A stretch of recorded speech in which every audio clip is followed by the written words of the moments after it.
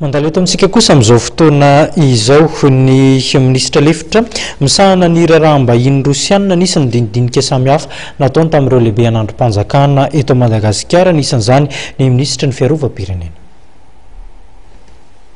Naneo ny fahavononany anampy ara-pitaovana ny miaramila malagasy i Rosia tamin'ny alalan'ny ministra lefitra misahana ny raharaham-bahiny rosiana.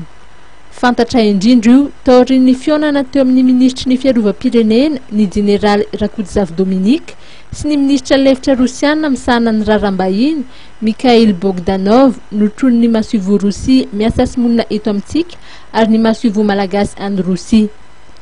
Ny mikasika ny fiaraha-miasa ara-miaramila eo amin'ny Rosia sy Madagasikara no tena ny fantohan'ny dinika teo amin'ny efatonta.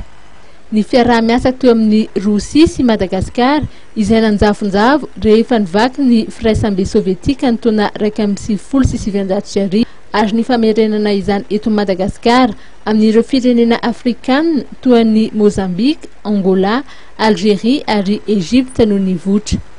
Andaniny nandroso sosokevitra ny tokony hananganana komisiona Rosia malagasy izay andinika ny fifanaraha-piara-miasa ara-miaramila azo tanterahana ny ministra ny fiarovam-pirenena ny jeneraly Rakotozav Dominik.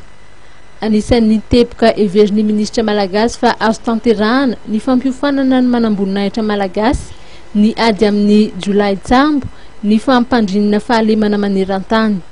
Ankilany nilaza ny fahavononana anampy ara-pitaovana ny tafika malagasy i Rosia.